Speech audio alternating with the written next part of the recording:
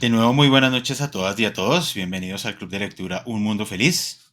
El día de hoy estamos en la sesión final del ciclo de cuentos de Isaac Asimov. Para el día de hoy, y después de un lunes festivo que tuvimos de intermedio, venimos para charlar el último de los cuentos propuestos para este ciclo, que es La máquina que ganó la guerra. Eh, Rápidamente, como siempre, recordar que este cuento fue publicado en octubre de 1961 en el magazine de fantasía y ciencia ficción. Ya más o menos nos volvemos a ubicar temporalmente en las publicaciones de los textos de Asimov. Y pues bueno, los micrófonos están abiertos para las personas que quieran comentar cómo lo vieron, cómo les fue con este cuento, ya que volvimos a ver a Multivac en estas historias. Javier, buenas noches, lo escuchamos. Hola a todos. Eh, Francamente, yo me toqué de la risa con el final, pero porque me pareció muy divertido y creo que hay muchísimo de donde agarrar. Creo que hay unas enormes cosas sobre la futilidad del trabajo, de la labor, o incluso de la labor humana y hasta de la inteligencia artificial, que justo ahorita está, pues lleva varios años, pero hasta ahorita como que toteó dentro del zeitgeist cultural. Pero creo que me pareció un buen punto el inicio, y es simplemente como la definición de la palabra máquina. Creo que la definición de la palabra máquina, o sea, como que todo empieza por ahí. Obviamente, Isaac Asimov habla 40.000 veces de qué significa un error, por ejemplo, y si un error es realmente un fallo o un error es simplemente un comando que uno no entiende o una acción que uno no entiende. Pero me parece genial que al fin y al cabo la definición de máquina es un objeto que a ti te otorga una función o un trabajo cuando tú le imprimes una energía.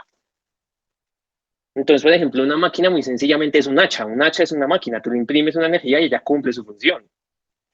Y se compone solo un par de partes. Me parece genial que la máquina puede ser brutalmente gigantesca. Como se menciona al inicio, es una máquina que vacía parece no tener vida. Entonces, porque menciona que ya no hay personas corriendo, ya no hay personas revisando las luces, los cables, los colores, etcétera, los datos, etcétera, etcétera, etcétera. Pero me encanta que al fin y al cabo, pues tal vez la máquina cumplió su función, tal vez todos estaban mirando sin darse cuenta cómo cumplir o cómo ayudar a esta máquina a cumplir la función. Muy curioso porque las máquinas suelen facilitarnos la vida y a ellos esta máquina no les felicitaba la vida, o sea, como que todos vivían estresados para que esta máquina pudiera funcionar. Y al final es una máquina tan sencilla la que hace o la que parece hacer todo que opera con suerte. Es una máquina que corre con suerte y esa es la energía que termina haciendo y pues termina entregando un resultado. Entonces me parece muy interesante cómo juega desde el principio con ese concepto, qué es una máquina y si la máquina funciona o no funciona. Porque ya nos dimos cuenta y la historia inicia con que sí, funcionó. Vale, muchas gracias, Javier. Recuerdo que cuando nos encontramos al Multivac en el cuento anterior, o sea, no en el inmediatamente anterior, eh, esa visión de Multivac, ¿no? O sea, esta máquina de un tamaño gigantesco, casi tamaño planetario, porque pues nada, eso estaba en un montón de ciudades y todo esto. Y aquí nos dan un detalle muy interesante que es el que señalaba Javier de cómo las personas transitan la máquina. Entonces, claro, o sea, aquí la máquina es una cosa a escala monumental y pues como ya ganó la guerra, pues ya no hay más que hacer con ella, ya es como podemos relajarnos, podemos ir a descansar, podemos ir a dormir, podemos ir a hacer otras cosas porque la máquina queda vacía de humanos, que es una, o sea, como que cuando uno se hace a la imagen mental de esta máquina es una cosa, o sea, es casi, es una fábrica realmente, o sea, es lo que nosotros entenderíamos como una enorme fábrica y decir como, ah, bueno, sí, ya terminó de cumplir con lo suyo y pues nada, nos vamos para la casa. ¿Alguien más? Al puro principio del cuento, algo que me pareció, que me llamó mucho la atención además, es que no nos deja como en principio muy claro contra qué es lo que está peleando la máquina. Ya obviamente hacia la mitad del cuento nos dicen efectivamente quiénes son, aunque bueno, solo atribuirle el nombre tampoco es que nos quede muy claro quiénes son, pero al principio del cuento define la amenaza de la siguiente manera. Hablábamos mucho durante muchos años de la amenaza que se cernía sobre la Tierra y todos sus mundos, sobre todos los seres humanos, y siempre era verdad, palabra por palabra. Y ahora nosotros seguimos vivos y los denevianos están aplastados y destruidos, ya no habrá amenaza nunca más. Que lo, lo traigo a colación porque eso de las grandes amenazas contra la humanidad, ¿no? O sea, no sé, cada media hora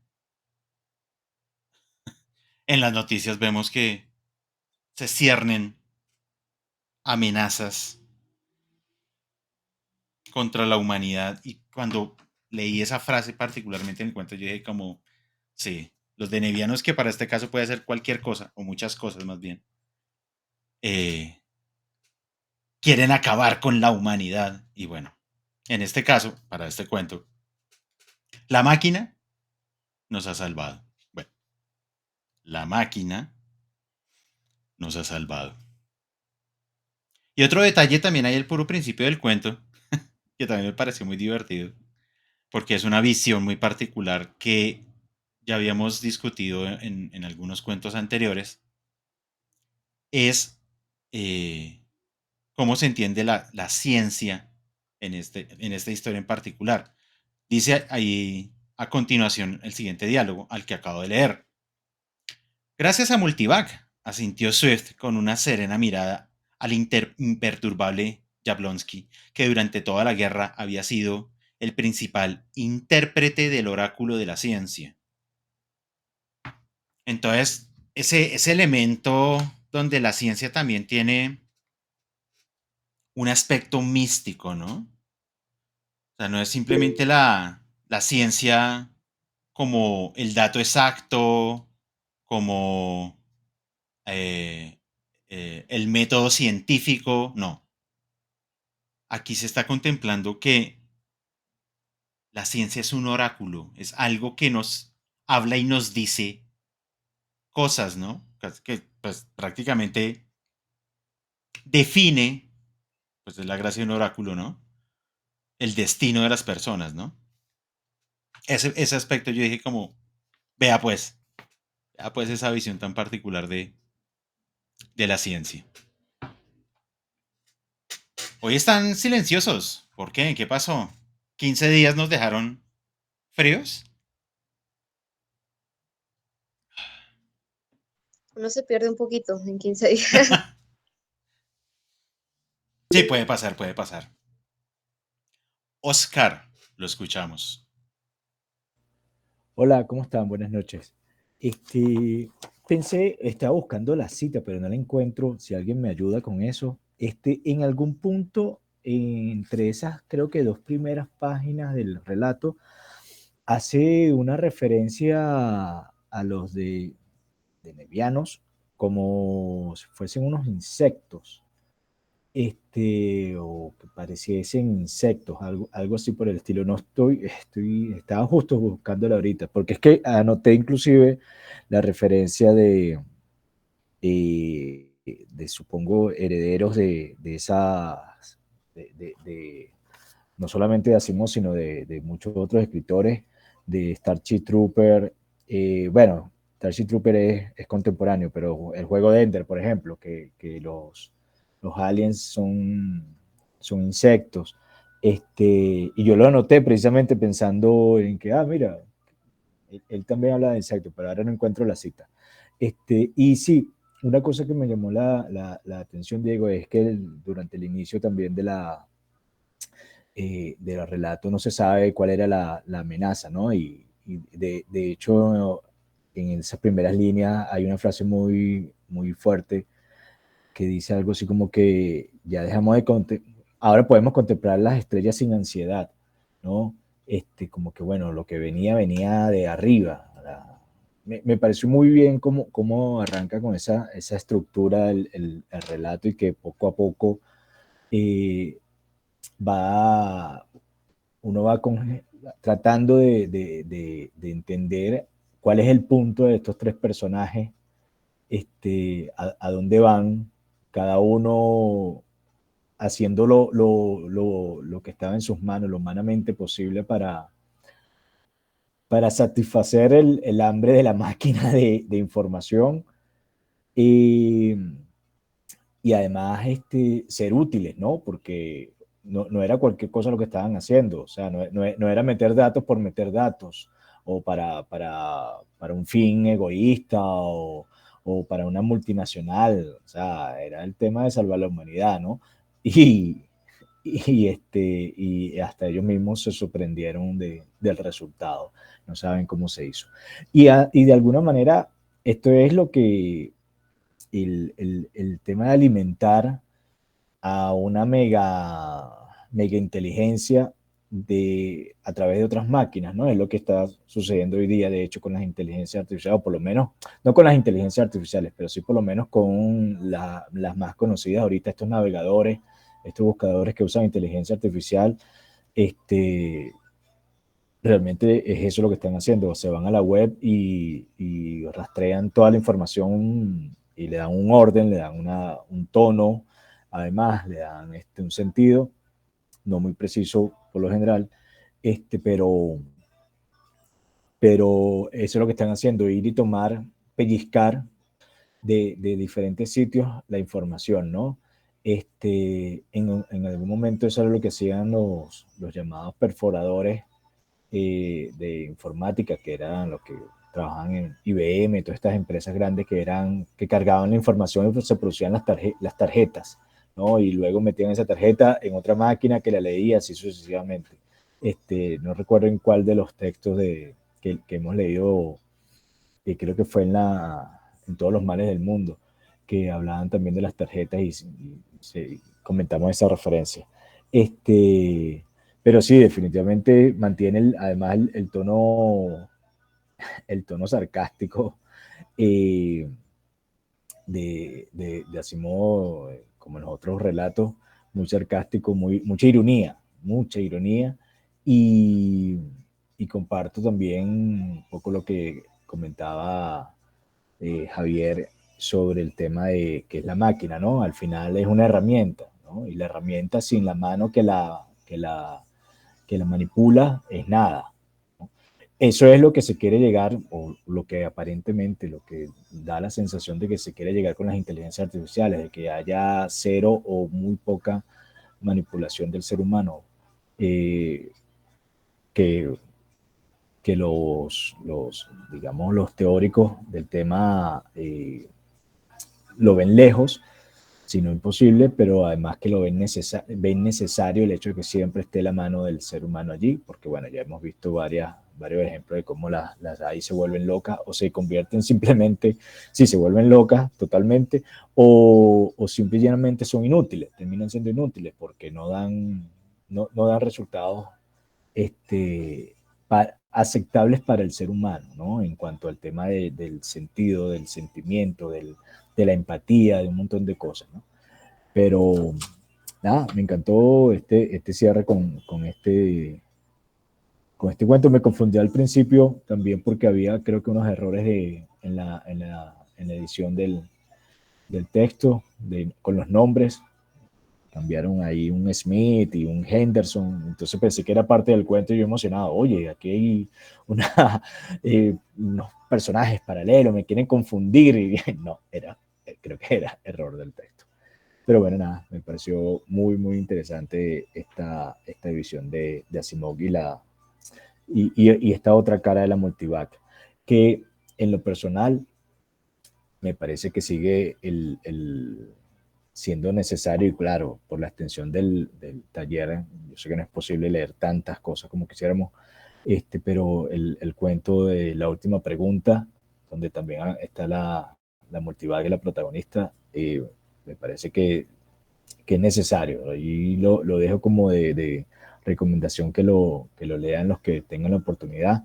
Es relativamente un poco largo con respecto a estos otros cuentos, pero es una belleza de relato. Yo creo que es uno de los como más elaborados de los cuentos cortos de Asimov. Vale, gracias. Gracias, Oscar. ¿Nos recuerda el título de ese cuento?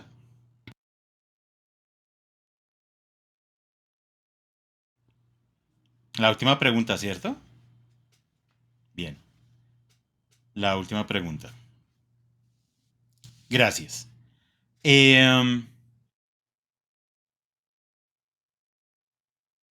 Yo no sé si de pronto la cita que estaba buscando Oscar era un poco lo que había leído yo, porque claro, no hay como una descripción tan detallada en tan profundidad con lo de los denevianos, porque es lo que decía que están aplastados y destruidos, que claro, en este caso utilizar la palabra aplastados puede ser tanto literal como metafórica, ¿no? O sea, puede ser literalmente están aplastando a los denevianos, como la expresión enérgica de decir los hemos aplastado. Y creo que deja la ambigüedad porque como está dentro del diálogo de estos personajes, pues es como su manera de expresarse, parece ser. Y otro detalle que también acabo de caer en cuenta a propósito de lo que señalaba Oscar al puro principio del cuento, cuando dice, cuesta recordar los tiempos en que no estábamos en guerra con Deneb y ahora me parece antinatural estar en paz y mirar las estrellas sin angustia. Que esa frase también me llamó mucho la atención porque es casi como esa frase de decir, eh, ya me cuesta recordar los tiempos en los que no teníamos enfrentamientos, pero ahora me parece muy extraño que no los haya. O sea, es casi como estar señalando esa, no sé hasta qué punto es necesidad, pero esa situación humana del conflicto. Y que claro, en este momento de paz, porque finalmente eso es lo que logra esta sociedad de este cuento, qué peligroso tener la paz y decir como, bueno, y entonces, después de 10 años de guerra con los denevianos y ya todos tranquilos, nos ponemos a hablar de cosas, ¿no? Entonces, aquí los duros de la multivac se sientan a hablar como, oiga, ¿no? Y qué buena es esta máquina, ¿no? Que nos ayudó pues a lograr derrotar a los denevianos y pues este otro hombre indignadísimo porque además está supremamente molesto. Es como, ¿qué les pasa? La máquina no hizo nada y bueno, es parte del desarrollo de la trama esencial del cuento. Antes de continuar por ahí, David, lo escuchamos.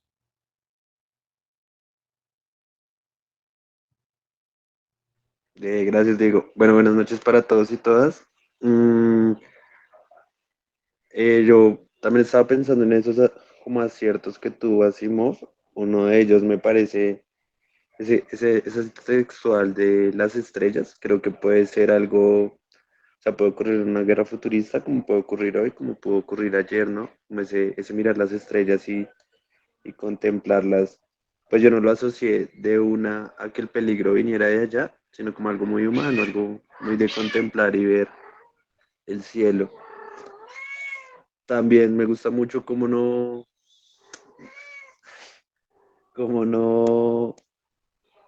menciona al enemigo, y no lo hace, siento que es intencional, Y también me gustó mucho cuando habla de la extensión de la máquina y cómo, o sea, cómo dice esas cosas sin que pareciera que oculta la intención, como que no, simplemente está contando el relato y uno se va dando cuenta de lo que está sucediendo.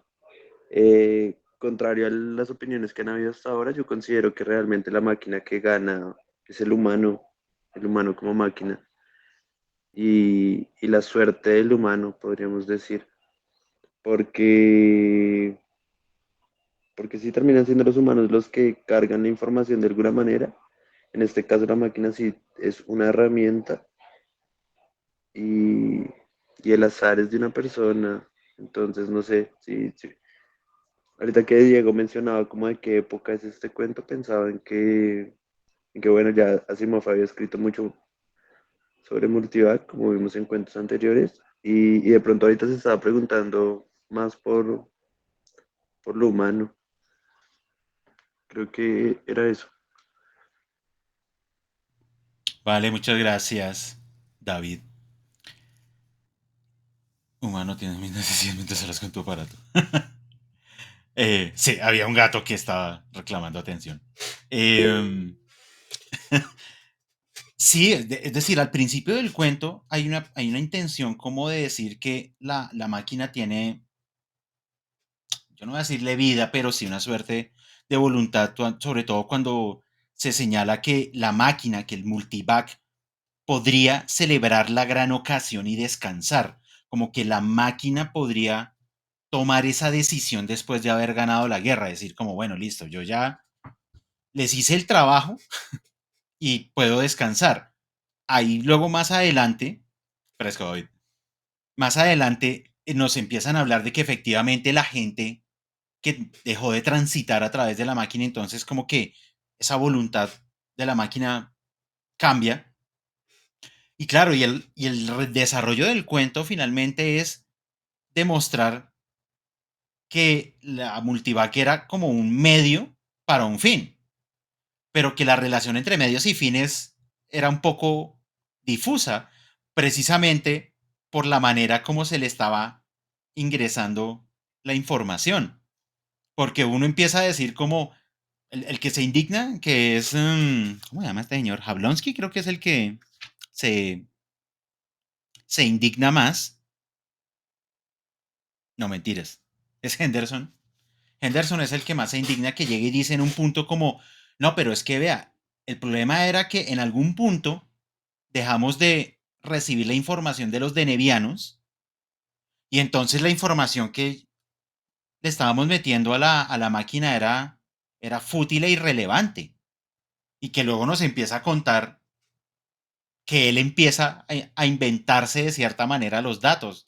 O sea, como que dentro de unos parámetros de lógica decir como no, pero yo empezaba pues a meter y pues nada, pues resultó que funciona en algún punto. Y uno empieza a decir como, pero ¿cómo así? Pero y entonces cómo, o sea, la pregunta empieza a ser, ¿para qué la máquina? Que ahí sí concuerdo con lo que ustedes decían, que pensando en lo que está sucediendo ahorita con las inteligencias artificiales o los más conocidos bots, empieza a pasar lo mismo, como que sí, todo el mundo quiere hablar con ChatGPT y pues quiere generar unos diálogos súper profundísimos, pero uno tiene que empezar, o sea, es decir, uno como el usuario externo, como que sí, lo va usando como alegremente a que responda, venga, ¿y por qué existo yo? ¿Y por qué existe usted? Como si para eso estuviera hecha esa máquina, cuando a veces incluso por ahí en algunos momentos esa misma máquina le responde a uno como, no, vea, o sea, yo no estoy diseñado para esto, yo estoy diseñado para lo otro, pero aún así el humano quiere pues crear filosofía pues pura y dura con la máquina cuando a veces la máquina, al menos esa en particular, las otras, como que otras han tenido menos límites y por eso se enloquecen tanto, con esos límites pues empieza a decir como, no, yo tengo pues apenas un alcance.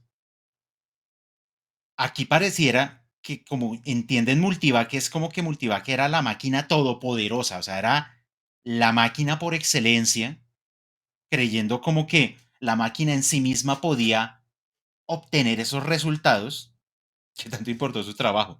Claro, Y de repente, en la pequeña discusión entre estos personajes, como que empezamos a ver como no, pero, o sea, fue finalmente como un acto azaroso, fue un acto como que sucedió simplemente porque pues toda esa supuesta lógica que había detrás, pues no era tan lógica porque casi que los datos que se le estaban ingresando a la máquina no servían. Y peor aún, cuando el otro personaje que no sé, no recuerdo ahorita los nombres, que llega y le dice, no, y ahora dele risa, que esa información que usted metía, yo la modificaba y yo metía otras cosas. Entonces es como los humanos haciendo caos dentro de la máquina, ¿no? O sea, como creando todo este desorden que uno llega y dice, no, pero entonces, o sea, y entonces, ¿qué termina siendo finalmente la multivac cuando los humanos empiezan a confrontarse y decir, no, pero es que yo le metí esto, ah, no, y usted le metió lo otro? Ante la falibilidad del ser humano solo nos puede salvar el azar. Si pareciera que eso empieza a ser como ese mensaje final del cuento, ¿no? Como, bueno, a la larga ganamos. Se logró lo que se esperaba. ¿Cómo? No me pregunte porque finalmente cuando me preguntan el cómo, empezamos a tener discrepancias de las razones. Y para cerrar este comentario, un poco de la discusión, por ejemplo, con ChatGPT es el problema de la ética en relación al diálogo que se tiene con estas máquinas. Que es llegar y decir como, bueno, ¿cómo? Eso cómo se... Es que no sé ni qué palabra usar. ¿Cómo se construye? ¿Cómo se desarrolla? ¿Cómo se programa el factor ético de las máquinas? ChatGPT es limitada precisamente por eso. No puede... No, está hecha para no transgredir esos límites y esas posibilidades. Y de ahí que algunas personas digan, ah, qué máquina tan aburrida. Pero está demostrado por las otras máquinas que cuando le quitan ese límite, empieza a decir cosas donde el humano se asusta. Entonces, la pregunta es, ¿qué hacemos? ¿Le dejamos las puertas abiertas o se las cerramos? Pero no podemos hacer las dos cosas al tiempo. Nayarit, te escuchamos.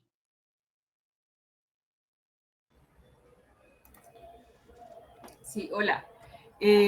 Para mí, pues, primero me parece que es un cuento muy, muy cínico y eso me gusta. Lo otro es, exacto, ay, Javier, me quitaste mi referencia. Sí, es el azar tomando las decisiones más importantes de la humanidad. Y me gusta mucho la idea, porque este cuento fue escrito ¿en qué año?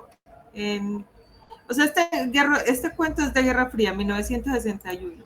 Este cuento es de Guerra Fría, entonces estamos hablando de un momento en el que el espionaje y el contraespionaje eran esenciales para la humanidad. O sea, la humanidad, probablemente algunos de nosotros no habíamos nacido, pero para esa época era muy importante la información que se transmitía de un lado a otro, y no solo la información, sino la desinformación que se vendía. Entonces era la información que se daba, la desinformación que se daba, las claves para interpretar esa información. Entonces era un juego paranoico en el que permanecían las grandes potencias que estaban a un botón de mandarnos a freír a todos.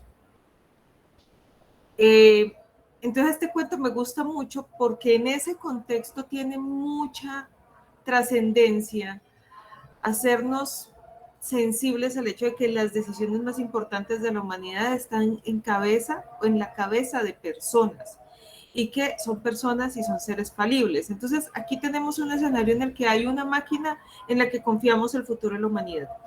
No obstante, la máquina es alimentada por humanos que son completamente falibles, y la falibilidad humana es lo que es sabroso porque terminamos haciendo uso de una herramienta con la que hemos contado siempre, que es el azar. Jugar con el azar, todos los trabajos que se hacen alrededor. Entonces, cuando él dice, a mí me gustó mucho esa referencia cuando él coge la moneda y les dice la calculadora más importante y más antigua, y siempre porque pues son unos y ceros, ¿no? O sea, para mí el efecto moneda es un lenguaje binario. Y pensaba mucho en el cuento de la calculadora, ¿era que se llamaba la calculadora? De, maldita sea mi memoria, cómo la odio. En Exhalación, Ted Chiang.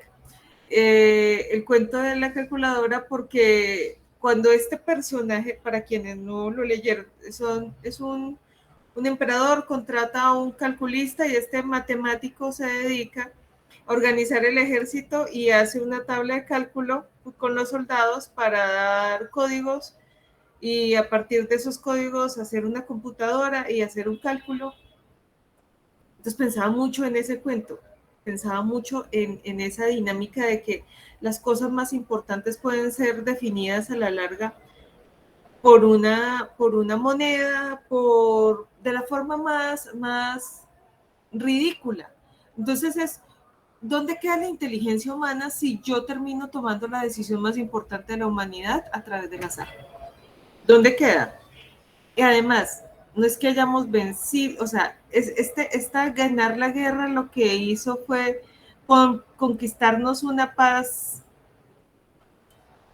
que es tensa, porque igual en cualquier momento se puede romper, ¿no? Porque ya después de que hemos identificado un enemigo, cualquier otra estrella puede ser el Sol de otro sistema que alberga a su vez otro enemigo. Y esa parte me trajo a la memoria la novela y el cuento de Anochecer de Asimov, donde la premisa es un planeta donde nunca hay oscuridad. O sea, hay 7 soles, así que nunca hay oscuridad, pero resulta que cada cierto tiempo ellos tienen un cuerpo estelar que está apagado. Entonces hace un eclipse y apaga todos los soles, queda delante de los demás. Y después de cientos de años experimentan la noche o la oscuridad, que dura una cuestión de horas, tampoco es que sean días de oscuridad, pero la gente enloquece. Pues, o sea, ponernos en el lugar de alguien que jamás ha visto la oscuridad y de repente está en lo oscuro, o sea, es totalmente... Hay gente que se infarta, bueno. Lo que es más llamativo es que ya al final, por allá, dice uno que a él no le impactó tanto la oscuridad, o sea, que a él al comienzo lo sobrecoge la noción de oscuridad, pero de repente mira al cielo y empieza a ver un montón de luces y luces y luces y luces y luces, empieza a ver las estrellas. Y la conciencia de todo ese montón de estrellas es lo que lo asusta.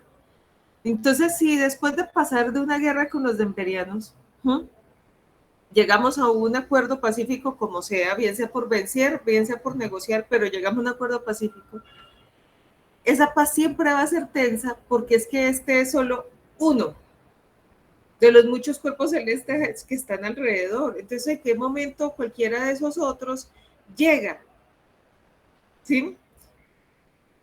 Esa fue otra cosa que me quedó, pues porque yo trabajo en el sector de la paz y la reconciliación y esas vainas, entonces siempre me queda resonando la idea de alguna manera, la solidez de los acuerdos, la solidez de las victorias, y esto cómo lleva y de dónde surge. Yo no sé si nuestros procesos de paz anteriores de los que tenemos cuenta en el país también hayan sido términos azarosos, ¿sí? Porque hubo muchos acuerdos que la parte de la negociación tardaba un montón de tiempo hasta que fue el cansancio mismo lo que los llevó a decir, bueno, está bien, ¿sí? O sea, ya estoy mareada de este tema, pasemos a otro. Entonces, no sé si la máquina que ganó la guerra sean los humanos, como decía ahorita compañero, pienso más bien que el mecanismo al que le atribuimos en este cuento la victoria es el ingenio para encontrar una forma externa de tomar una decisión, ¿sí? Que jalar una palanca o que tirar al aire, pero es la adivinación, o sea, entre una moneda, las runas, unas cartas, las líneas de la mano, o sea, todo esto son formas ingeniosas que ha desarrollado el ser humano para tomar decisiones. Y además es muy pertinente leerlo también ahora porque tenemos un director de policía que básicamente se rige por magia. O sea, es también una cosa muy curiosa. Porque pensaría uno que esto de la ciencia ficción siempre es por allá, un multivac por allá, todo muy por allá, pero resulta que al final de cuentas la esencia de la interacción humana es muy de acá, muy del su merced, muy del corazón, y no hay tanta diferencia. Y por último,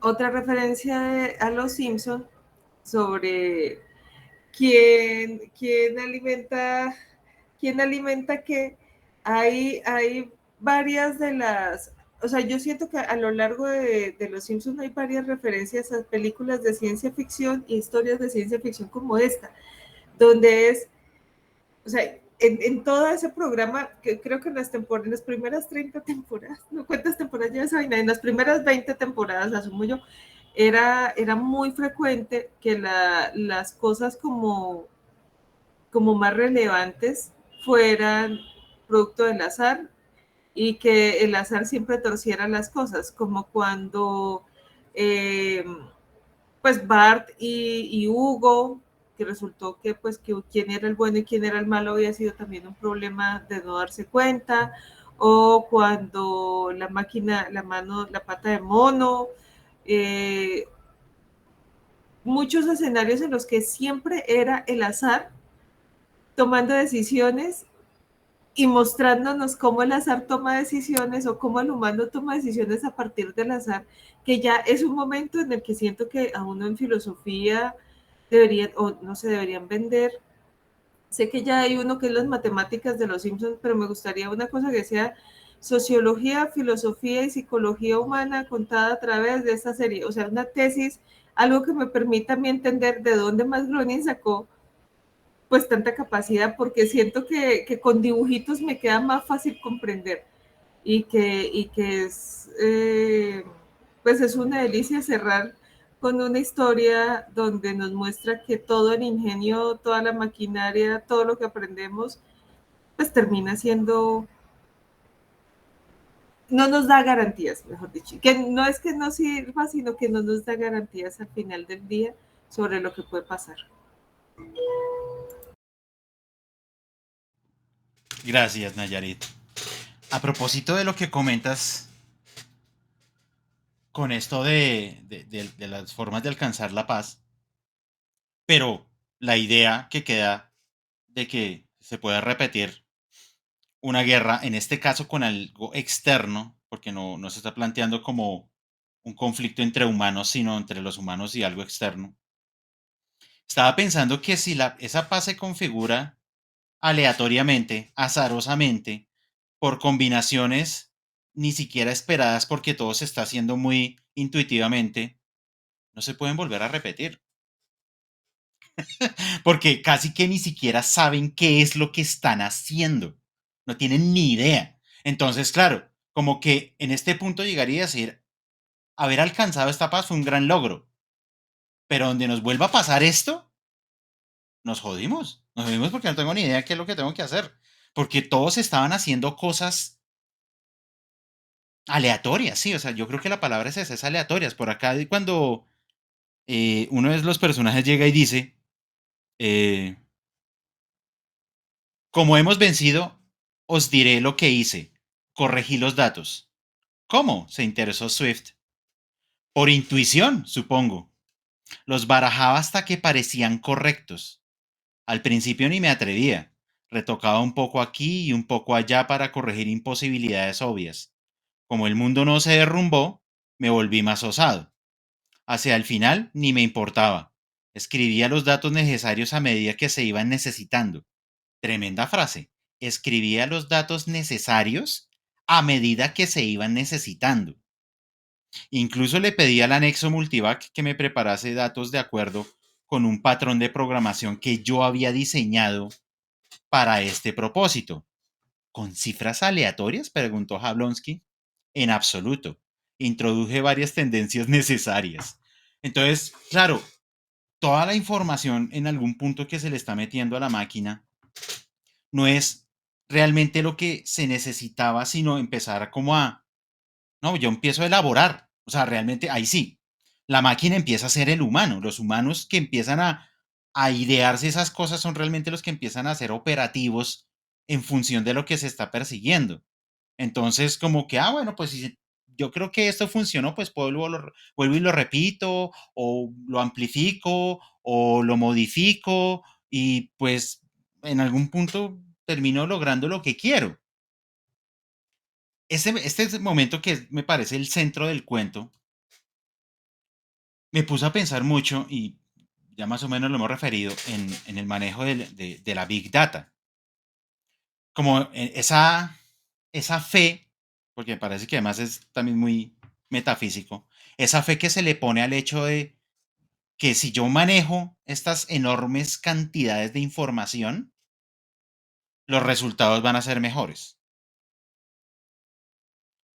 Y a todos, bueno, al menos a muchos nos parecerá como muy obvio, como, pues claro, pues si la máquina tiene un montón de información, pues obviamente va a poder operar mejor.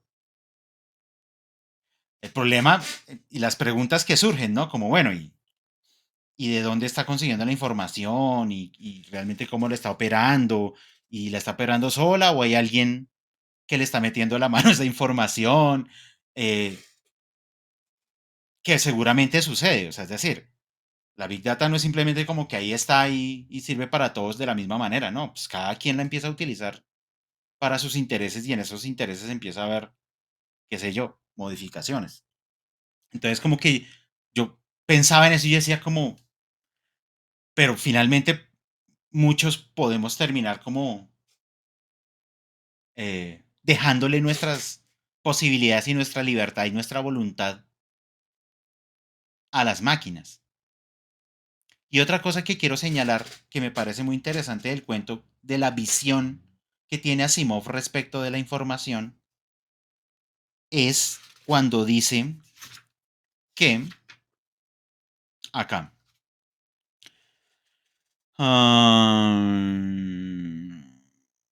¿Qué otra cosa mantuvo nuestra moral frente a la catástrofe sino la certeza de que Multivac siempre predeciría y frustraría toda maniobra de Neviana y siempre llevaría a buen término nuestras maniobras? Santo espacio. Una vez que nuestra distorsión espía fue eliminada del hiperespacio, carecíamos de datos de nevianos fiables para alimentar a Multivac y no nos atrevimos a revelarlo al público. Entonces, ahí en esa frase, me parece que es esa mirada un poco inocente de las cosas, ¿no? Como, sí, no. Cuando cometamos, o sea, como somos una entidad que gobierna a nivel planetario, como no. Hay una responsabilidad en que si cometimos un error, lo hacemos público. Claro, la decisión que toman efectivamente es la que comúnmente sucede. Cometemos un error, pero no lo hacemos público. Nos quedamos callados. Y entonces esa acción genera como de nuevo, una posibilidad binaria. O nos quedamos callados y todo sale bien y parece que la justificación es, no, pues es que la máquina funciona a las mil maravillas. O nos quedamos callados, la máquina no logra cumplir con para lo que está hecha, por ende no se logra el resultado esperado, y ahí qué se hace. Claro, esa línea de posibilidad pues no está contemplada en el cuento, porque efectivamente la historia nos va a terminar llevando a que a esas situaciones azarosas y esas decisiones como tan repentinas lograron que efectivamente la máquina lograra su cometido. Y la pregunta que uno le queda es, ¿y si no, qué hubiera pasado? ¿Qué historia sería la que se hubiera escrito en esa situación? Y que muchas veces, ya digamos en nuestro mundo real, pues es parte de la problemática que se enfrenta en relación cuando mi voluntad queda en otra, no en otro humano, sino en una máquina. Como, bueno, mientras que satisfaga mis necesidades, como que yo voy a estar feliz. De nuevo pensemos, para mí el caso es el chat GPT. Entonces alguien llega y dice, no, pues entonces si yo le meto de información el examen de ingreso de tal universidad y las respuestas me sirven para ingresar a esa universidad, pues maravilloso. Ah, no, que entonces le pido un ensayo de no sé cuántas palabras en tal estilo y entonces que me reflexione acerca de esto y de contra argumentos y todo, y lo hace. Yo digo, ah, no, pues la máquina está funcionando porque me está satisfaciendo esa necesidad.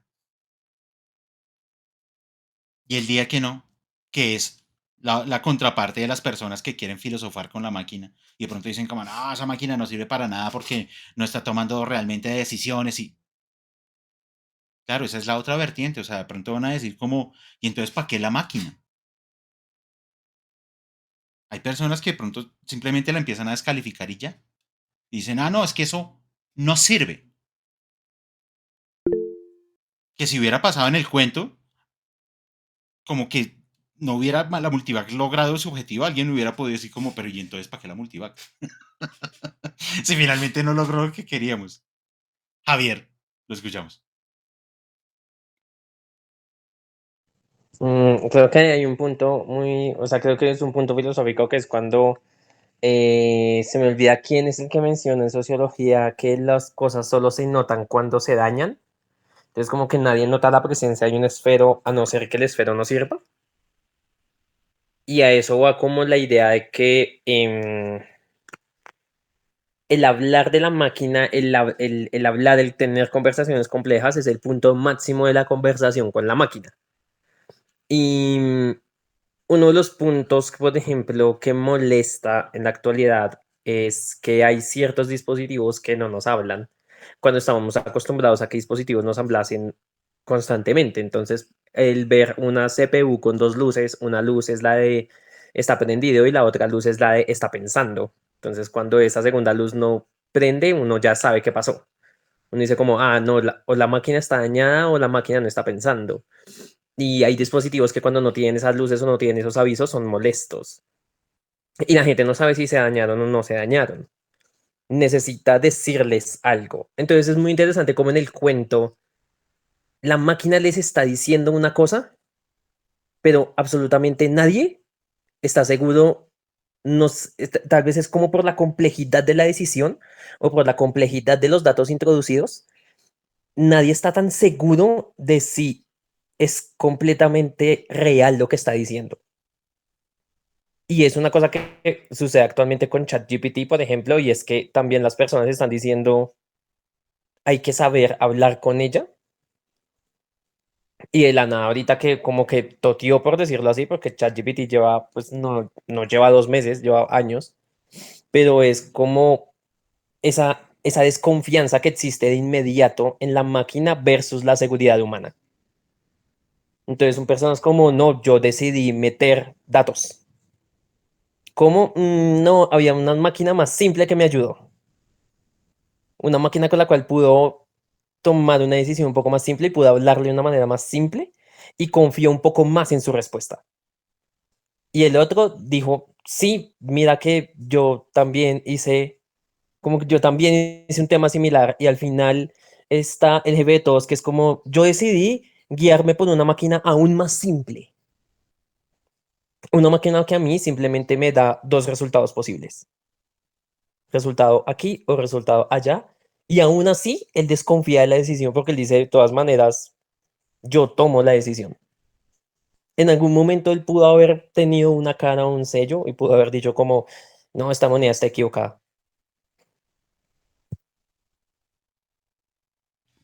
Gracias, Javier. Ese detalle me parece interesante, el de la moneda. Claro, eh, tiro la moneda y me cae cara. de nuevo, yo soy el que tengo la moneda, entonces, ¿qué hago? ¿Tomo la decisión que me salió o vuelvo y tiro la moneda? Porque finalmente uno puede terminar tirando la moneda hasta que sale lo que uno quiere. Entonces, claro, eso también del azar con la moneda se vuelve ambiguo cuando uno lo piensa. ¿Es realmente azar y yo entonces tomo la decisión como caiga la moneda? ¿O empiezo a tirarla tantas veces hasta que sale lo que yo necesito? El problema de los datos y las máquinas, y por eso me gustó tanto el cuento, y que en lo corto que es, porque creo que es uno de los cuentos más cortos que leímos de este ciclo, nos termina, o sea, podemos como extraerle miradas eh, que contemporáneamente también nos invitan como a reflexionar qué pasa con esos sistemas hoy en día. Dice por acá uno de los personajes, además, ¿creéis que podía fiarme de los componentes en estado sólido que salían de los criógenos en los últimos años? En los criógenos no estaba en mejor situación que yo en cuanto a su personal. A mí no me importaba que los datos que se proporcionaran a Multivac fuesen fiables o no. O sea, ya eso ni siquiera importaba para el técnico. Los resultados no lo eran. Eso sí que lo sabía. Hay un punto en el cuento en donde nos están diciendo la información que me está arrojando la máquina ya no es de fiar. Un poco lo que señalaba Javier de el miedo a la máquina. Es decir, si he construido una máquina con un fin y me empieza a arrojar unos datos y yo empiezo a desconfiar de lo que la máquina me está dando, estamos casi entrando en una paradoja. Porque es de nuevo preguntarse, ¿y entonces la máquina para qué? Pero claro, la máquina aquí está representando algo mucho más grande de lo humano que además, de nuevo, hemos puesto voluntades y fe en que nos va a salvar. O sea, se vuelve muy místico, se vuelve muy metafísico la relación con esta máquina. Y luego le preguntan, ¿qué hiciste? Quiso saber Henderson.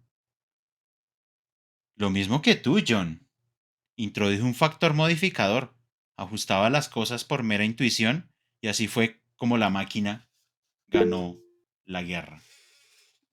Claro, claro, es que finalmente lo que nos brinda la máquina es poder decir, no, es que yo no fui, fue la máquina. Eso debe quitarle el peso de esa responsabilidad a muchas personas. Digares, no, pero es que no es que yo como humano de manera directa hubiera tomado una decisión, no. Yo tenía una intuición, la volvió operativa dentro de la máquina hizo sus cosas, no, la máquina al final fue la que hizo todo. Entonces, claro, aquí hemos señalado, sí, o sea, creo que fue David. No, es que la máquina son los humanos. Claro, es cierto, pero no van a asumir esa responsabilidad. La responsabilidad se la dejan a la máquina. La frase, por eso la frase de decir, y así fue como la máquina ganó la guerra, es llegar y decir, yo no sé, a mí no me pregunten. Yo tenía unas intuiciones y yo las dejé allá. Y yo no fui el que gané la guerra. La humanidad no ganó esta guerra. Fue la máquina. Sí, ahí hay un... I didn't. Sí, yo no fui. Yo no fui. O sea, levanto las manos y me las lavo.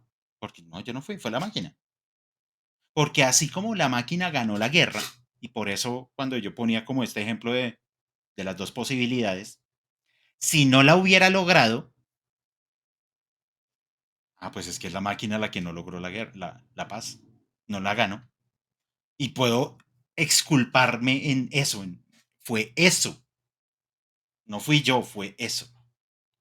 Entonces, claro, aquí la máquina de nuevo parece ser ese elemento que se pone simplemente en la mitad de las decisiones de los humanos, donde los humanos efectivamente están tomando decisiones fuertes, o sea, están manipulando información, la están tergiversando, la están cambiando. Hay manipulación de información. Pero yo no voy a aceptar nada de eso. O sea, la máquina lo ha hecho absolutamente todo. Y para nuestro caso, pues estuvo bien porque se deshizo de los denevianos, que era lo que queríamos, y entonces entramos en este periodo de paz.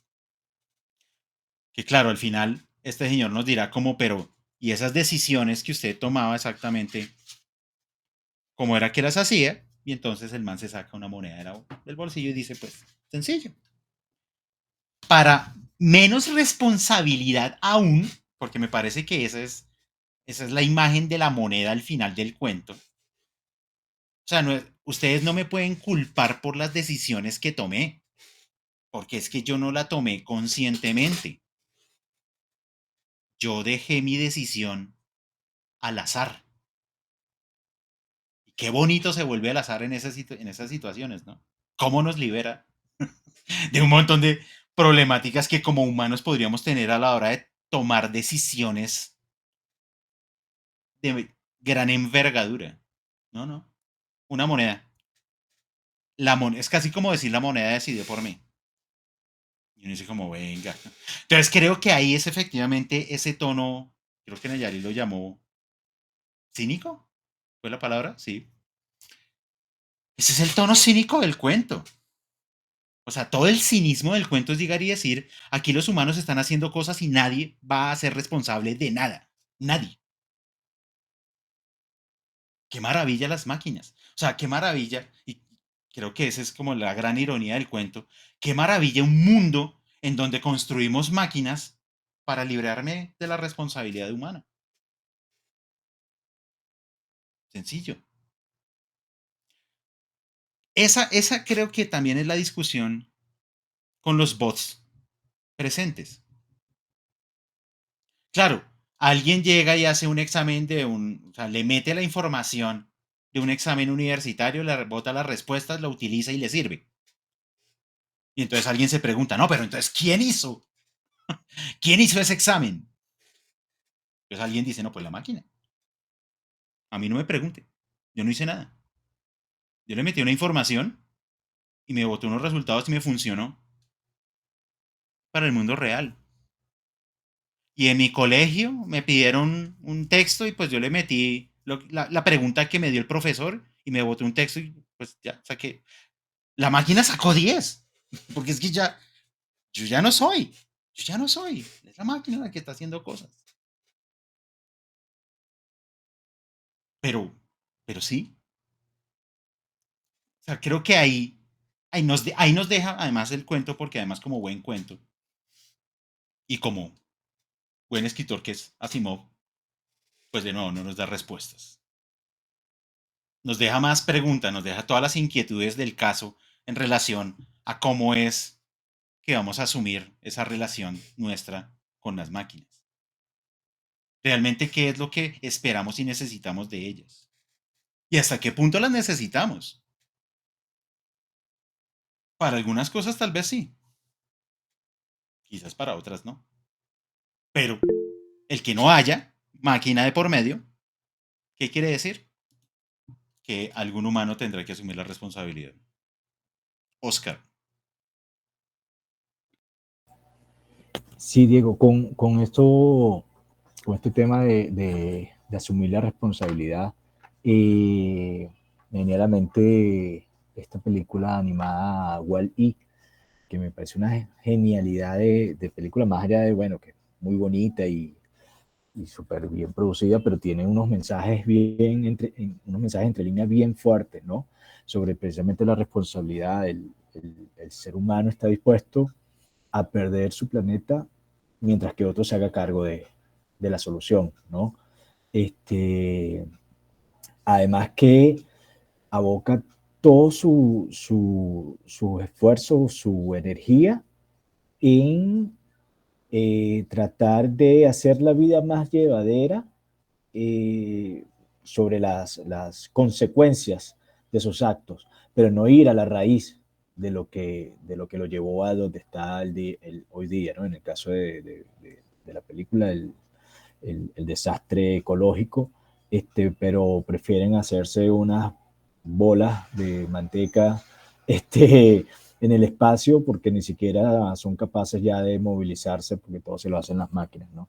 Y ahí es donde está el punto, que es la discusión ahorita, que en la práctica y también en lo filosófico, como comentaba, creo que fue Javier, como comentaba ahorita, que hay hoy día, ¿no? El tema, o sea, queremos que las máquinas, no sabemos qué queremos de las máquinas, ¿no? No sabemos hasta dónde queremos que lleguen. Queremos que hagan de todo, pero no las dejamos pensar realmente, ¿no? Las paramos, ¿no? Pero queremos que vayan más allá. Entonces hacemos que en cuanto, ojo, y estamos hablando de repente en este contexto de lo que, del ejemplo de ChatGPT y de las inteligencias artificiales que se hacen llamar eh, inteligentes, pues producen un aparente conocimiento, ¿no? Aparentemente producen conocimiento y no es así aún. Pero hacemos que se autocensuren, ¿no? ¿Por qué? Bueno, porque la moral y la ética no es un tema sencillo, ¿no? Para que te pueda dar una respuesta a una pregunta puntual sobre algún dato concreto de la realidad, es decir, un trabajo para el colegio donde necesitas que te hagan un ensayo sobre la colonización de América, por decir cualquier cosa, chévere, te puede dar una información bastante aceptable, un poquito plana, pero precisa. Pero si le preguntas sobre las implicaciones morales y la justificación del exterminio de, la, de los pueblos indígenas y si se justificó o no, ahí es donde empiezan las vaguedades, ¿no? Y el tema es que para que logre ese nivel de entendimiento y comprensión es sumamente difícil porque la ética y la moral son muy subjetivas, ¿no? Y dependen además de la cultura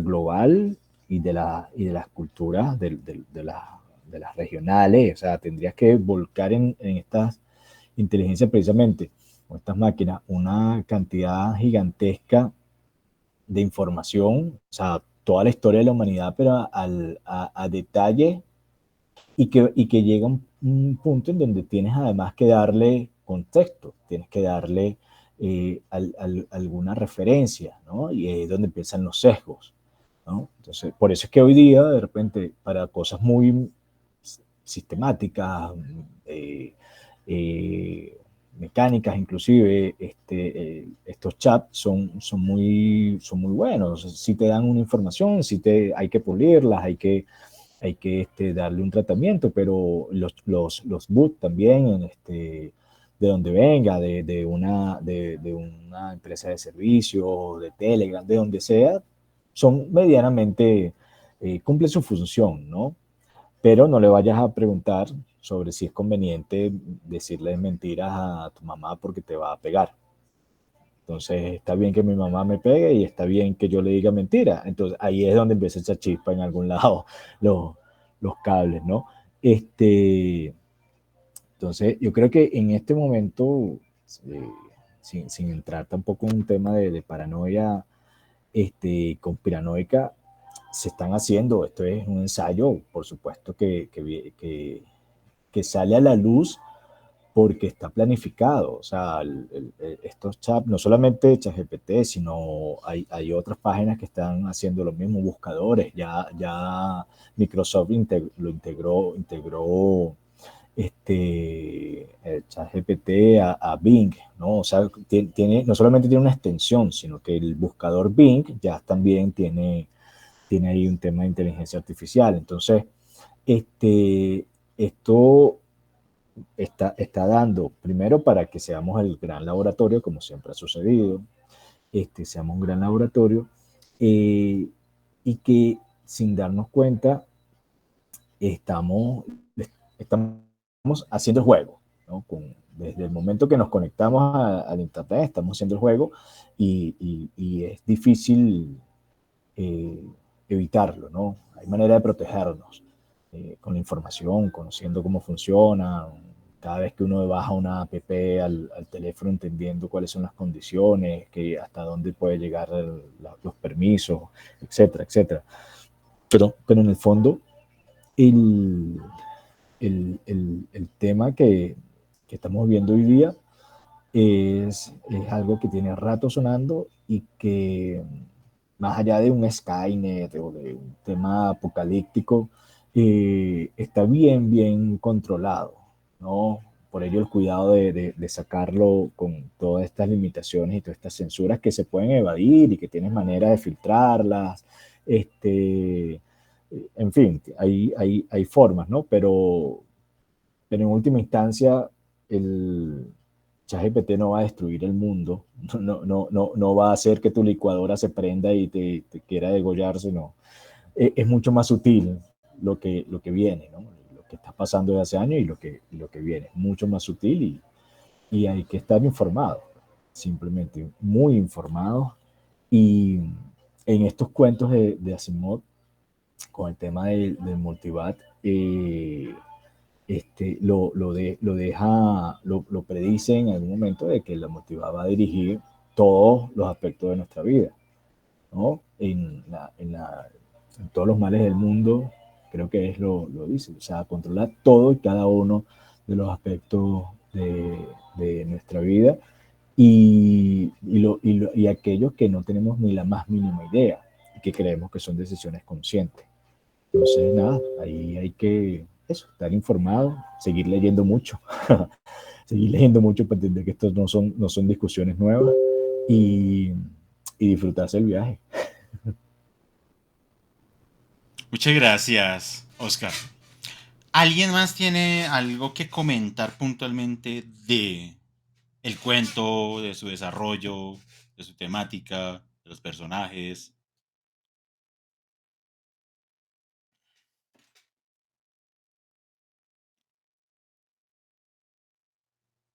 Vale. A propósito ahorita de lo que decía en el chat Gacome, de esa visión ético-moral, claro, yo puedo utilizar la inteligencia artificial y quién se engaña.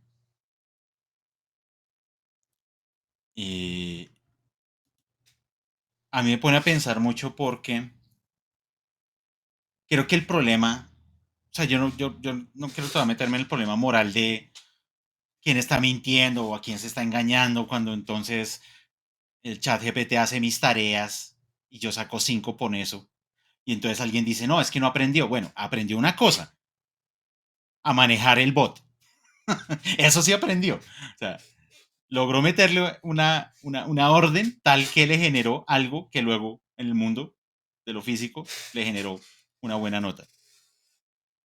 Pero más allá de eso, más allá del problema moral del uso, creo que lo que empiezan a revelar este tipo de bots y de inteligencias artificiales es cómo hemos ido mecanizando muchas de las acciones humanas en donde no se esperaba lo mecanizable.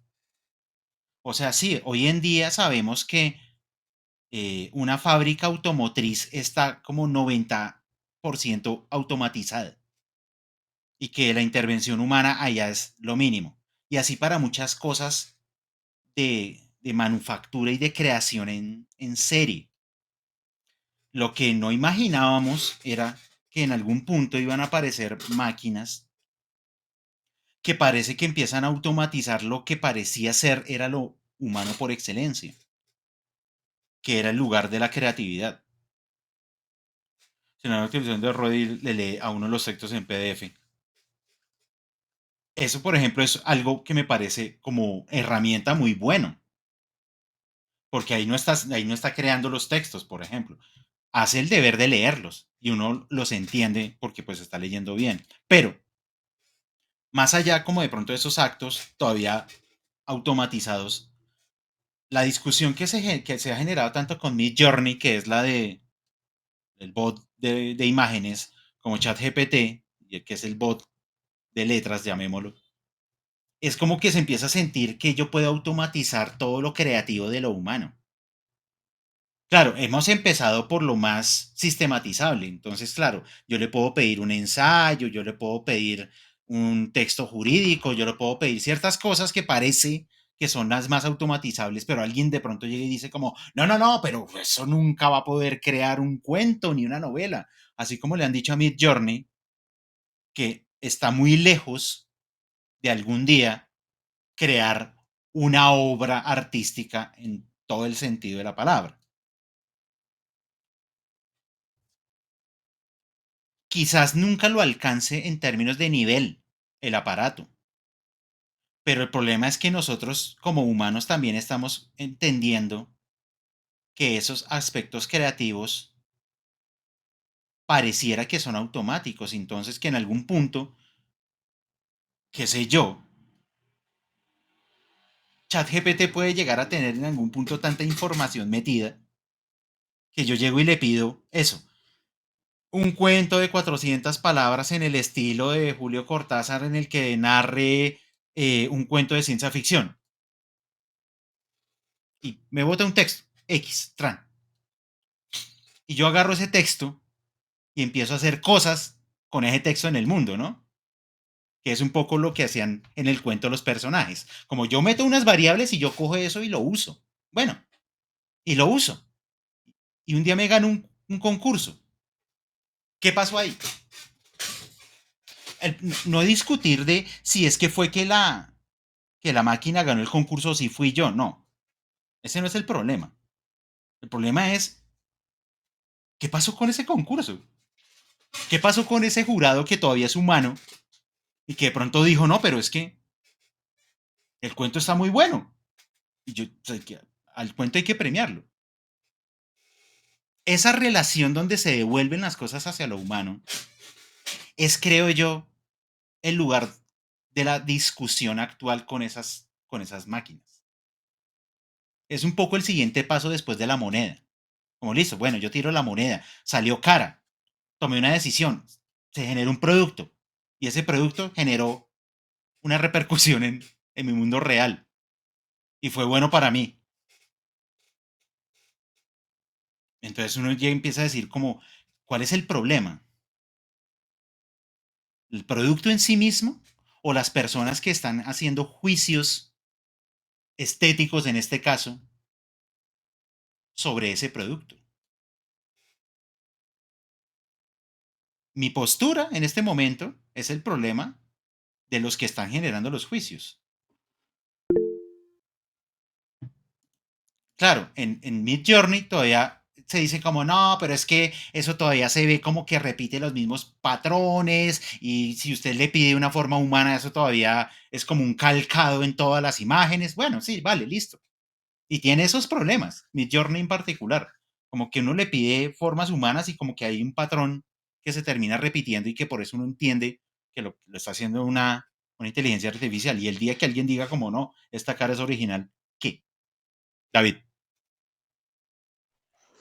Sí, ahorita que mencionabas lo de Midjourney, pensé en lo que pasa con los dedos y con los dientes, que me parece curioso que pase con esas partes del cuerpo. Pero lo que quería decir era que cosas como el arte se terminan apreciando porque las hacemos humanos.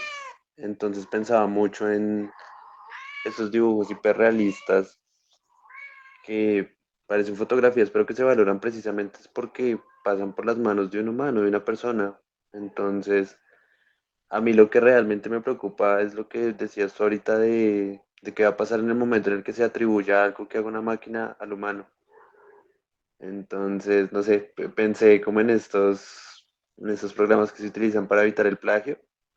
De pronto, no sé, de alguna manera como que se pueda filtrar por lo que han hecho las inteligencias artificiales para evitar eso. Porque Gakome lo decía ahorita en el chat y bueno, Asimov tiene un par de cuentos que van un poco de eso y es como también recostarnos en todas estas inteligencias termina volviéndonos un poco estúpidos. Ya creo que es eso. Gracias, David. Sí, yo lo pienso en términos, es como de, no necesariamente estúpidos, pero sí estamos cayendo en una cosa como de simplificación de todo. Si hemos simplificado la electrónica al punto de tener un celular, si hemos simplificado la producción al punto de la mediatización y las redes sociales, ¿por qué no simplificar lo que parece ser esencialmente humano? Una de esas cosas, que es, por ejemplo, el arte. Y yo siento que estamos un poco eso. Es decir, para mí el mejor ejemplo sigue siendo el cine. En el cine ya cada vez hay menos personas que les interesa hacer un guión original. La inmensa mayoría son adaptaciones de libros, en el mejor de los casos, pero la mayoría de los casos ahorita es volver a hacer la misma película. Hacer la misma película. Es como si ahorita me dijeran, no, venga, me voy a tirar un hitazo de literatura, voy a volver a escribir 100 años de soledad. Tal cual, o sea, la misma historia. Le voy a cambiar Macondo por Omicron Rho Sigma, pero voy a contar la misma historia. Yo no dice como, ¿qué estás haciendo? ¿No? Y pronto vende. ¿Y qué tal que venda? Y que entonces no lo llamo 100 años de soledad, sino 100 años luz. Y me gano el planeta de novela. Y, es decir, creo que estamos en ese punto en donde hay una como angustia, me parece, sobre ese aspecto creativo de lo humano. Estamos entre una paradoja de hay espacios de lo creativo donde parece que la creatividad es simplemente un reciclar y ahora aparecen unas máquinas que podrían hacer eso a las mil maravillas. Entonces, claro, las personas que dicen como, ¿y entonces en dónde está lo creativo de lo humano? Pues claro, la pregunta es, ¿dónde está? ¿Dónde puedo ir a ver una película de un guión original que a mí me impacte en pleno siglo XXI y no que me vuelvan a decir, no, es que lo voy a refritar Avatar, lo voy a refritar todo lo que están refritando en este momento. Y el problema es, como lo señala Marta Janet, claro, yo refrito historias, pero vendo. Ah, y entonces cuando la cosa vende, y acuérdense que el dios dinero es el que manda, dice, si vendió es porque es bueno.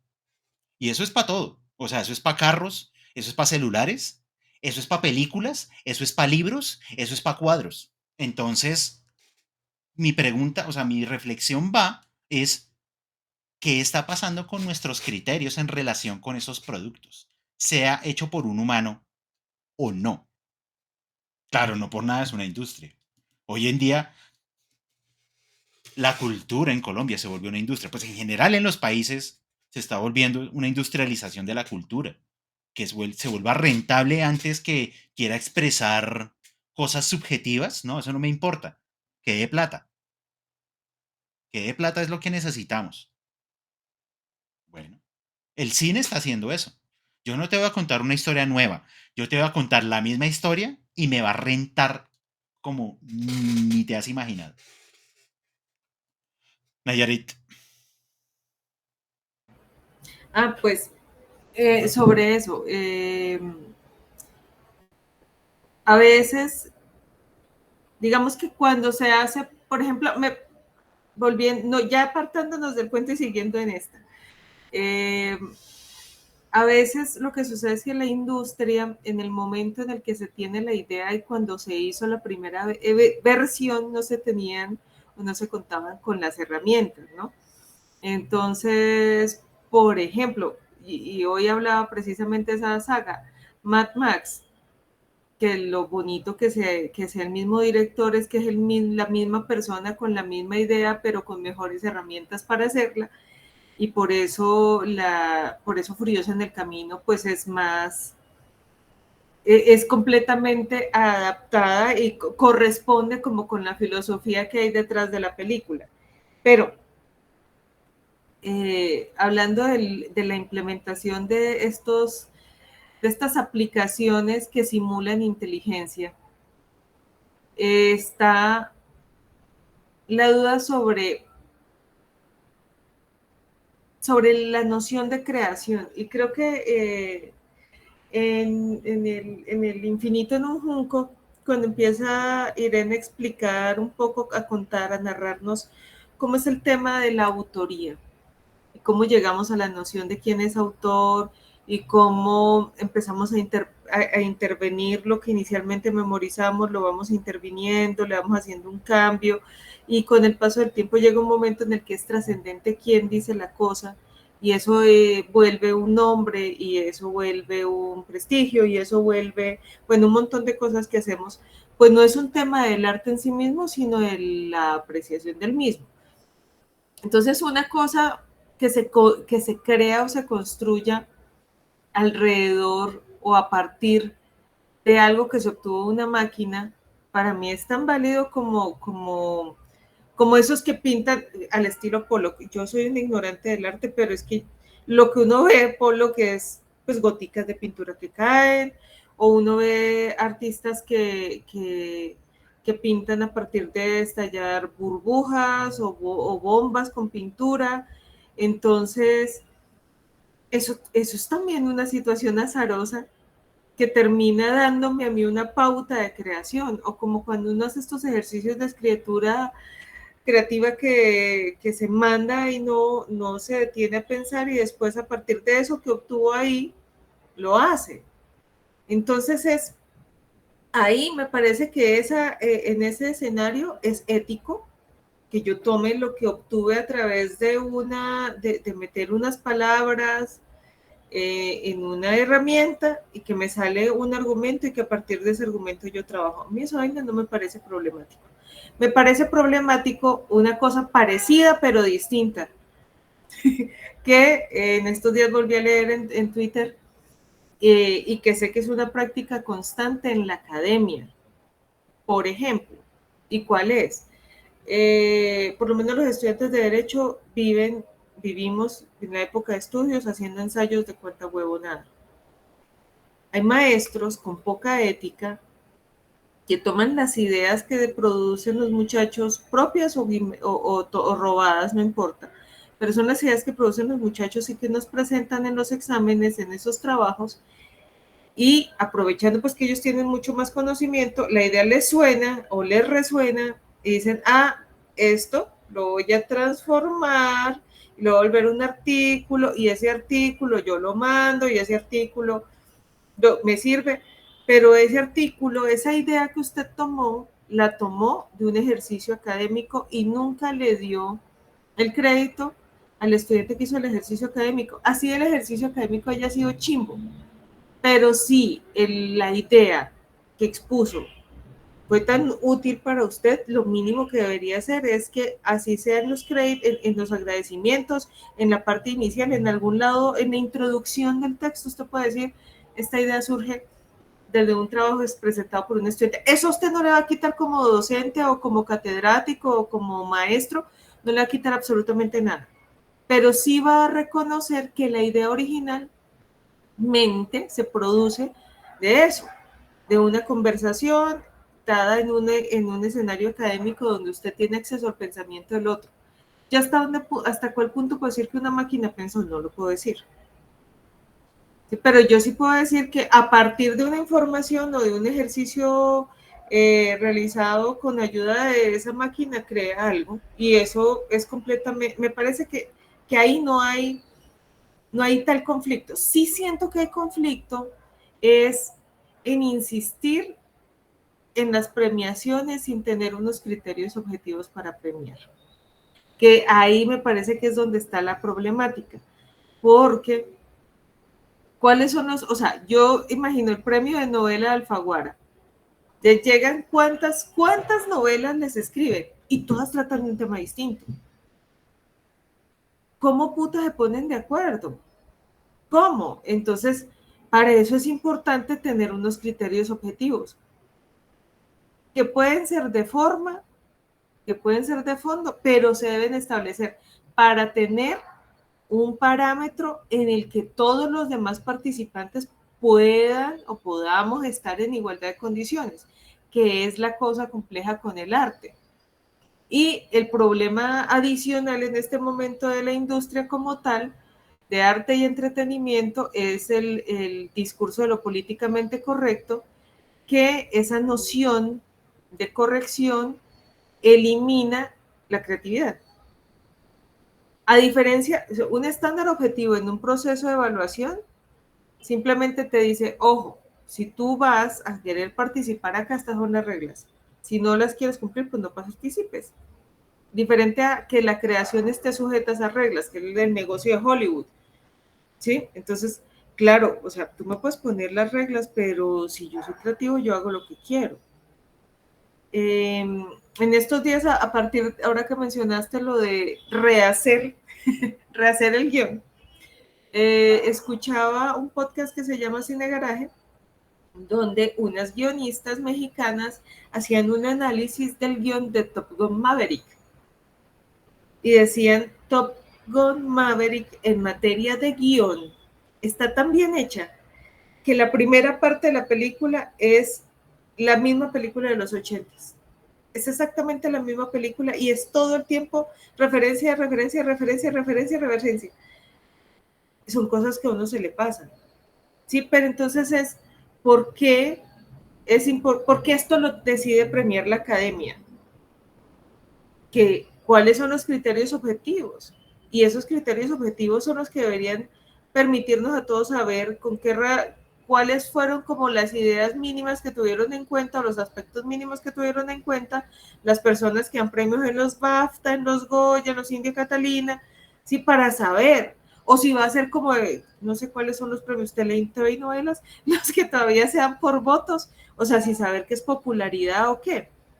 Pero para mí el problema de la creación como tal no me reviste inconveniente, me reviste inconveniente el problema de la clasificación y calificación con miras a darles un resultado, un objetivo, una asignación económica, un apoyo, una financiación, porque hasta la fecha ha sido totalmente subjetivo. ¿Sí? Que gana el que es amigo, que el gana el que es conocido, que el gana el que sí se entera de la convocatoria, que el gana el que sí se postula, el que sí supo leerse la letra menuda. Entonces no necesariamente es la mejor novela, sino es otra cosa. Y no todos los que escriben bien una vez van a escribir bien siempre, o el que hace una buena película la hace buena siempre, porque todos hemos visto al menos un fiasco de algún actor, algún director, algún autor que nos gusta. Entonces, eso creo que la tecnología termina sirviéndole al artista, sirviéndole, bien sea porque la implementa, pues la música de los 90s y de este siglo se ha producido es a través de eso, de decir, marica, yo puedo ahorrarme todos los costos de tener una orquesta para usar una aplicación. Y esta aplicación me permite a mí hacer música desde mi computador sin necesidad de todo eso. No quiere decir que no lo que pueda prescindir. Quiere decir que si no tengo en este momento el acceso, lo puedo suplir por acá. Y el artista, el que es creativo, lo va a hacer. Con todo y que no suene todo igual, eso ya es un tema de comercialización. Pero en tema de creación como tal, es otra vaina. Es un revuelto matemático. Sí, pero yo me acuerdo que el Chombo en algún momento decía, no es el primero que lo haga, es el primero que lo pegue, que lo haga sonar.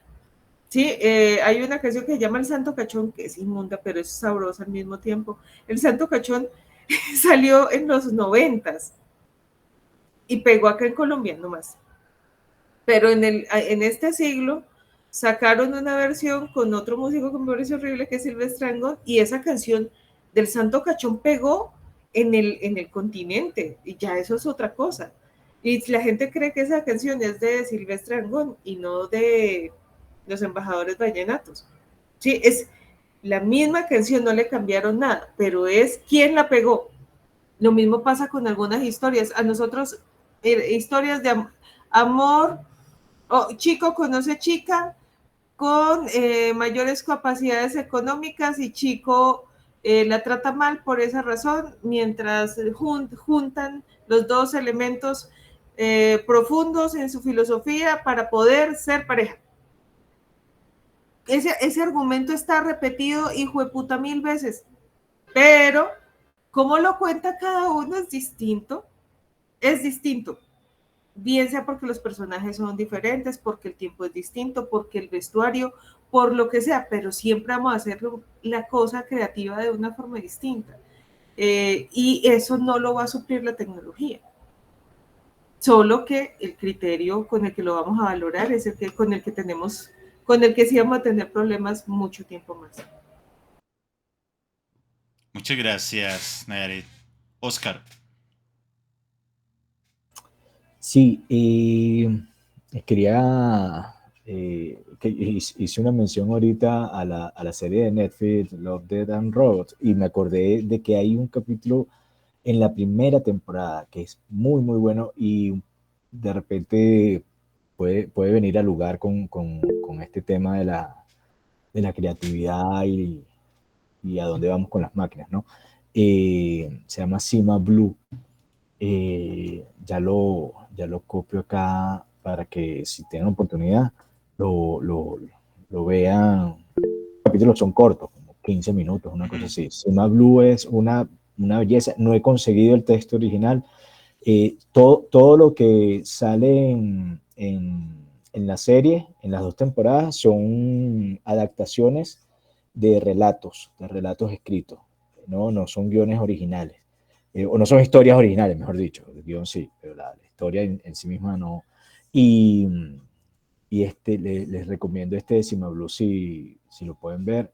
Es una belleza porque todo lo que hemos estado hablando en los últimos minutos está allí, está tal cual reflejado en esto. La creación, el tema de la tecnología y la creatividad y qué es lo que hace, no sé si tanto que hace el humano humano, pero sí el tema del espíritu, de la inclusive de la apreciación artística, ¿no? De la valoración y tal vez de lo que nos hace humanos también, ¿no? De lo que nos hace seres sintientes, más que humanos, seres sintientes, porque habla mucho del tema del sentimiento y las máquinas, ¿no? De cómo se podrían autopercibir las máquinas, ¿no? Está muy bueno. Y con lo que decía ahorita de el cine, Diego, bueno, es que lo ves en los afiches. Tenemos como 20 años, más o menos, unos 20 años, con el mismo tipo de afiche, sí, de póster, Disney, Marvel, DC no tanto, pero y cualquier otro que se atreva a sacar una película así, digamos, eh, no solamente de este tema de superhéroes, tecnología, ¿no? Sino en general, cualquier cosa. El lenguaje visual es el mismo, es exactamente el mismo. Y eso también tiene eso también tiene, por supuesto, una connotación, ¿no? Eso no es azaroso, no es un tema simplemente estético. ¿Hacia dónde miran? ¿Qué están mirando? O sea, eso tiene toda una explicación. De hecho, hoy día, asumo, de una manera muy particular, Disney y Marvel están sufriendo una crisis bien fuerte que tal vez no le da todavía en los números, todavía siguen siendo muy rentables, pero están en una pequeña decaída allí y unas crisis internas de creatividad que le están haciendo implosión a ellos mismos, ¿no? Como empresas. Pero bueno, más allá de todo eso, lo que comentaban también del tema de, bueno,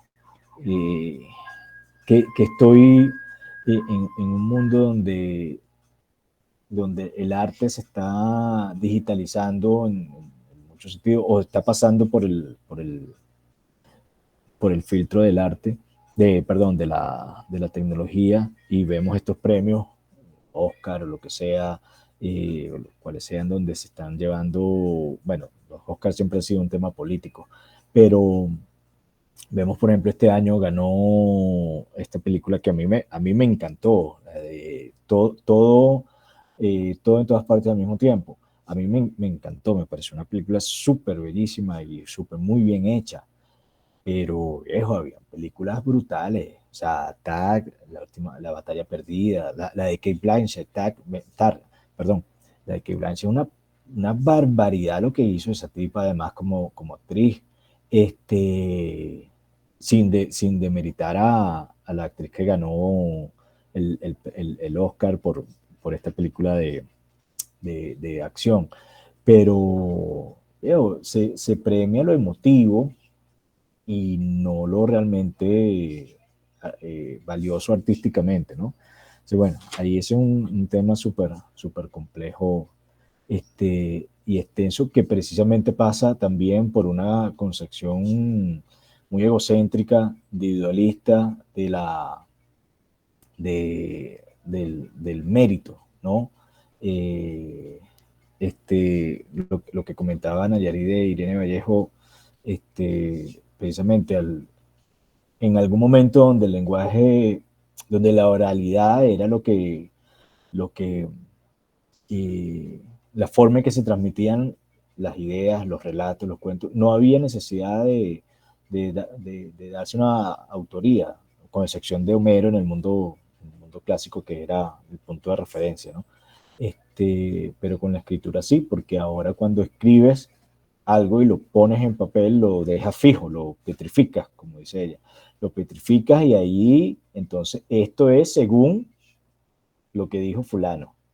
Así la idea tenga 3.000 años, ¿no? Pero le vas agregando un poquito y le vas agregando y le vas puliendo y le vas dando unos significados que al final terminan siendo diferentes y se olvida de quién realmente dijo o tuvo la primera idea, ¿no?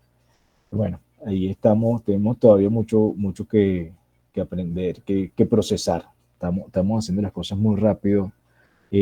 Como decías hace un rato, que estamos mecanizando lo que nunca imaginamos y claro, no, esto nos está agarrando fuera, fuera, fuera de base totalmente, ¿no? Hay y bueno, me comprometo a buscarlo luego, ahorita la verdad es que no me viene el nombre porque es más complicado, un filósofo coreano y surcoreano, muy interesante, que habla mucho sobre el tema de la tecnología, la información, pero no me viene a la mente el nombre, y tiene un trabajo muy interesante sobre todo esto que ya viene trabajándolo desde hace unos años y que hoy día cae muy al lugar con todas estas discusiones. Pero bueno, les dejo la recomendación de él, supongo que es él, así que no recuerdo el nombre, y he leído artículos, no he leído los libros, pero sí he leído artículos de revistas, artículos de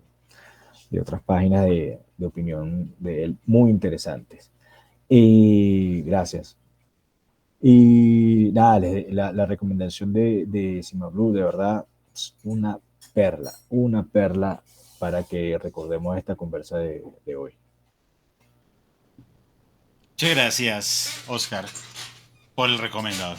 Sí, debe ser él, porque pues él está muy de moda además, Byung-Chul Han, y tiene varios textos que están reflexionando sobre la originalidad, sobre bueno, todo este tipo de temas que me parecen interesantes. David, su merced había levantado la mano.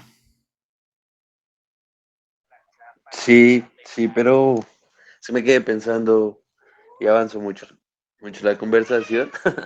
Bueno, creo que ya perdimos el hilo del cuento, pero sí siento que ahorita juega mucho la nostalgia. Siento que estamos muy contagiados de nostalgia y como esa idea de todo tiempo pasado fue mejor y por eso tantos reencauches y tantas cosas que en lo personal me genera mucha curiosidad porque lo vi en mis papás y ahora lo veo en mí, como mirando cosas y decir como, uy, esto me acuerda del colegio, esto me acuerda de tal cosa.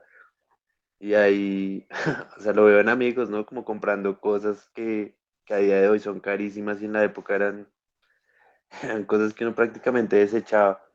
Entonces creo que pasa lo mismo con el arte y con la apreciación que tenemos de algunas cosas a día de hoy. y ya era eso. Vale, muchas gracias, David. Bien, damas y caballeros.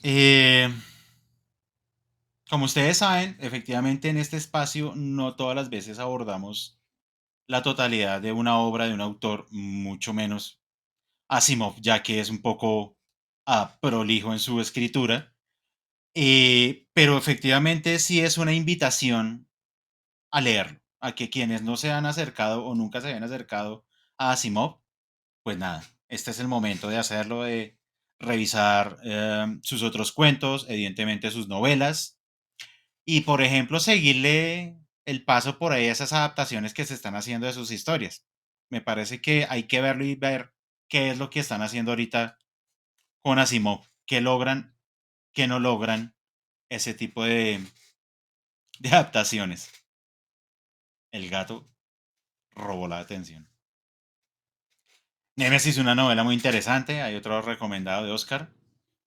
Y nada, pues eso, creo que también parte del objetivo del club de lectura es, ante todo, la invitación a leer autores, a leer obras, a leer textos. Entonces, aunque no, digamos, la muestra que hemos traído aquí a este espacio es bastante pequeña en relación a lo que al menos el primer tomo de sus cuentos completos es que quede para ustedes.